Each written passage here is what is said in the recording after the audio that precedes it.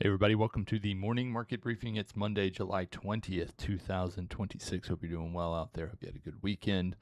Jumping in, getting a little movement on oil prices. Been getting up as high as into the 80s over the weekend, but getting reports this morning that perhaps diplomatic solutions are still, they're in motion. I'm hesitant to say they're making progress, but that's what we're hearing most recently. We had oil, one of the oil contracts, Brent, actually got into even the low 90s over the weekend. And it really, when I refreshed last night and I saw bonds trading down 10 points, I'm like, you got to be kidding me. But it seems like a lot of that's come back this morning because, as you mentioned, the Iranian foreign ministry spokesman, Ismail Baghi, says the diplomatic apparatus has been active in recent days, and ideas from some mediators have been conveyed to the Islamic Republic of Iran. What that means, and I don't know. It means ideas have been shared. It's because even if we have an agreement, it seems like that means nothing. Hormuz traffic has ground to a standstill, and it looks like American casualties, importantly, are beginning to ratchet up. That got some headlines. Another 2 service members were killed in Jordan, and there have been some reports, and I don't know what to make of them, but there have been some reports that there have been more casualties than have previously been reported. I think New York Times was reporting that, or maybe the Wall Street Journal. So again, interest rates opened higher last night, but stabilized a bit after that. Right now, at least when I did these notes earlier this morning, they were sitting right at 4.56 on the 10-year, which seems incongruent with a core inflation number that's easily in the 2s and going lower. If you look at the core sticky CPI or any of these other metrics, we really don't have as much of an inflation problem as we did, and yet rates are as high as they've been. So on the long end. So I find that interesting. Tom, from your estimation, what's keeping rates up? Is it purely concerns about the conflict? It seems like given the length of time we've been in this, that there should be some other factor at play. Yeah, I think it's a number of things. I think that there's just too much issuance right now. There's too much capital to be eaten up, whether it be equities or fixed income. We're just seeing an enormous amount of, stocks and bonds hit the market simultaneously, while also seeing a fair amount of fear with the AI trade kind of turning over. We're seeing, economic data start to kind of crumble just a little bit, at least as reported. And so I think that, honestly, it's mostly vibes. We are net down from last week. Notably, we were higher after the CPI and PPI print on the 30-year than we are right now. So we have reined that in a little bit. Expectations for hikes have jumped kind of right back to where they were last week, despite really no new information other than oil is up. But they didn't really come down as much as you think based on the oil. It was more on the actual CPI print. It's just bad vibes out there, man. I will say that a number of super users reached out to me over the weekend indicating that they've joined my team of the Annihilate Iran and Just Move On coalition. We're few, but we're growing in numbers and in passion. So, I think also globally, unlike periods in the past, the relative value play is really not there as much for the U.S. Treasury as it used to be. You start looking around. The UK 10-year is touching 5 this morning. And so it's not just like runaway, we're at 1, everybody else is at negative 50 basis points. There's a real argument that maybe some of that money is flowing to other sovereign debt. I would say, though, I was listening to a podcast over the weekend, and one of the topics of discussion was that the United Kingdom does have cheap bonds, but they just crossed over the point, or at least are on pace this year, that working age benefits, so basically their version of welfare, now exceeds all income tax receipts. Wow. So they're set to spend more money on people who are under the age of 60 in terms of welfare than they are going to receive taxes. So there, talk about bad situation. That seems unsustainable. Debt to GDP. It's insane. So they're, while relatively cheaper, and I think there's some money flowing there. Aussie bonds are roughly the same level, right at 5%. People I think are flowing some cash that way, but I don't know. if they're making the right moves there. I worry that they're going to, just be spiraling out of control at an accelerating rate. So, well, we have a new prime minister there now. Keir Starmer has officially resigned. We knew this was happening, but now this morning it was official. So he's out, replaced by the Manchester guy, Burnham. So he was a socialist. So I don't know if there's going to be any change to that redistribution anytime soon. We don't have elections for, I think, another 2 years. They obviously can call them sooner than that if he wants to kind of solidify his standing. But my guess is that they won't because he would just knock himself out. Yeah. Yeah, it's an interesting. It's musical chairs. Yeah, I'm a little disappointed that Argentina didn't win the soccer, though. I mean, their 10 years at 870, so pretty cheap. But I would argue they're moving at least the right way in terms of their economic reforms than, say, noted Middle Eastern country Spain that won the World Cup. So, I mean, we'll see how it goes. What a thrilling game that was. 0-0 after 4.5 hours of play. Martin watched the second half, my son, and I kind of hung out with him while he was doing it. He's like, wait, they're going to keep playing? I was like, yeah, man. And then he finally wrapped his mind around, okay, there's 2 15-minute periods of extra time, and he learned the hard way that means 20. Yeah, it ends up actually, the time on the clock, they they should report that as total time played. Yeah. I will say that the flopping was at just an electric level. The red card that ultimately killed Argentina. Well, he got real fired up on that. He was like, Dad, you got to see this. And I looked, and I was like, he barely touched him, dude. Yeah, he made a full front flip onto his hip to pretend like he had been somehow just absolutely mangled on a very, very chance collision. And Enzo Fernandez should have been red carded so many times before that tackle. It was so to get the second yellow for that tackle, I mean, it was very theatrical. I mean, oh my gosh! I mean, like the guy, I don't know how the guy got so much air. Like, that's impressive. Like that's like a 10 out of 10 in the Olympics. Yeah. I mean, you think he should about do floor routine. Yeah. Think about the amount of athleticism it is for someone to kick you in the shin. In order for you, and then you to immediately execute a front flip.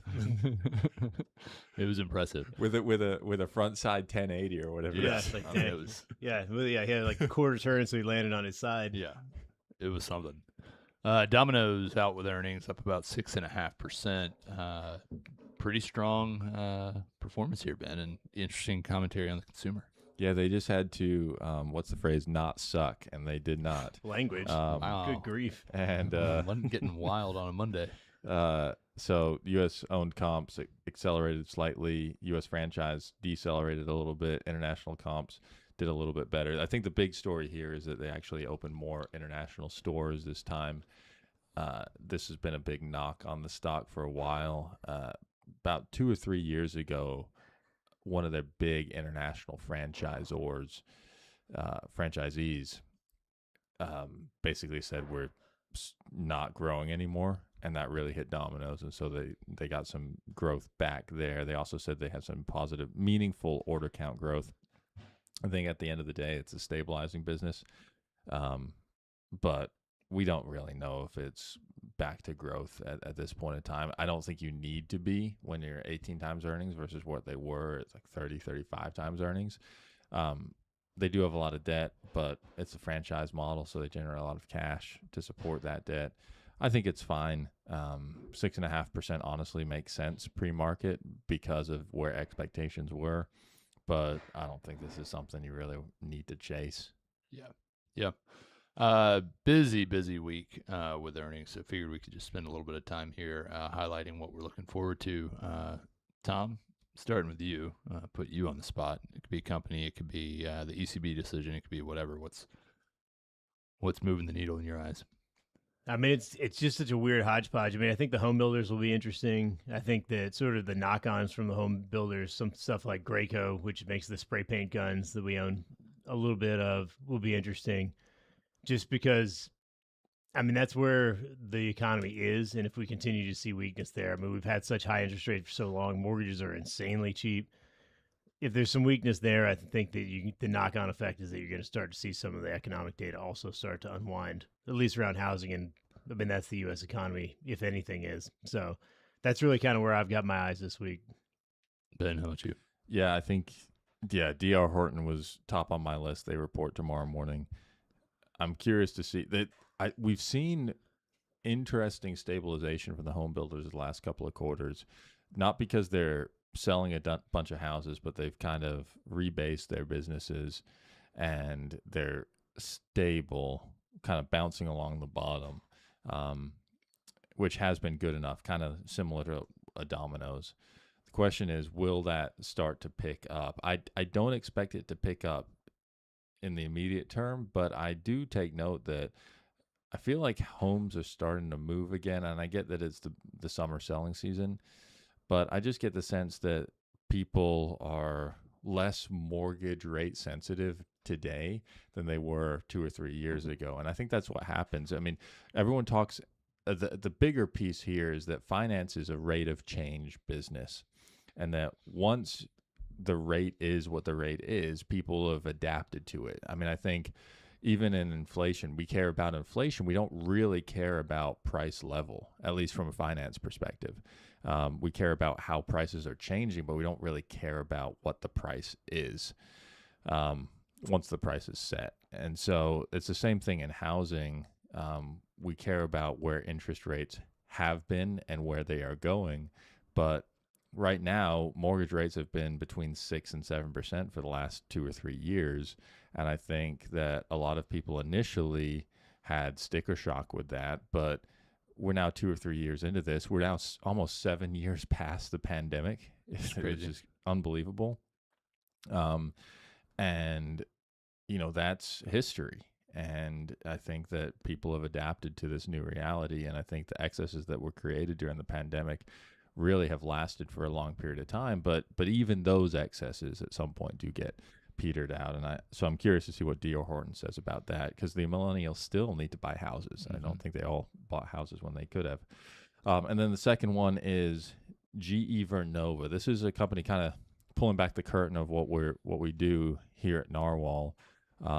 We're really aggressively looking at GE Vernova as a potential investment. We haven't pulled the trigger on it yet. They make gas turbines. A lot of people have talked about GE Vernova as this is a spin-off from General Electric of their wind business, but really the bigger business there is the gas turbine business. And I am firmly convinced, and I've said this in our internal committee meetings, investment committee meetings, that I don't think nuclear is going to be any sort of solving the data center energy problem over the next 5 years. It's just not. I mean, small modular reactors are maybe 200 or 300 megawatts each. Tell me when they've broken ground and are actually producing power, because that's not happening anytime soon. And meanwhile, you got to spend 5 or 10 gigawatts for a lot of these data centers. So you need like 20 of these SMRs for one data center. Gas is where it is. I mean, we have so much gas in this country that we're burning it off. Hicks is. We just need to capture that gas and turn it into electricity. And I think that that's where you need the gas turbines, and that's where GE Vernova and a couple others come in. But they're the big 800-pound gorilla, and so that's one where we could see a big increase in demand for them. We've already seen a huge order growth. So I'm curious to see what they say on Wednesday morning when they report earnings. And then obviously we have Google, see what they're doing. They delayed I think it was on Friday, they delayed their Gemini model. Yep. They were going to launch their Gemini 3.5 Pro, but they delayed it because it wasn't helping coding as much as they had anticipated it would. They'll all be big. Google will probably dominate the headlines.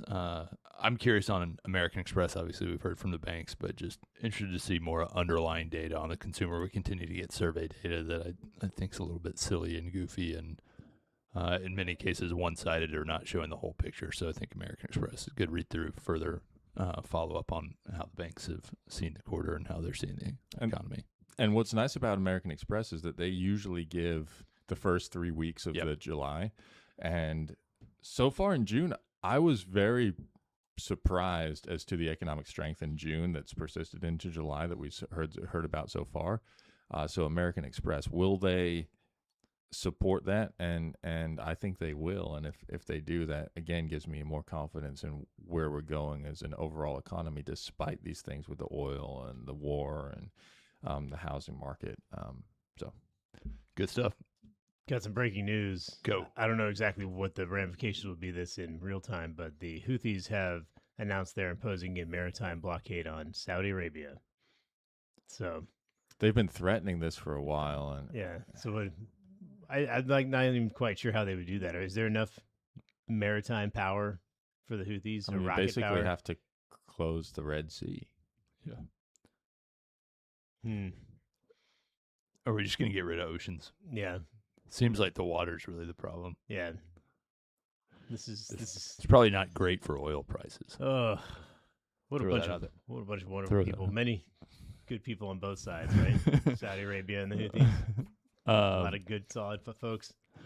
Crazy. What a Monday. Yeah, we'll report back more on the impact of that tomorrow. Y'all have a great day. Talk to you soon.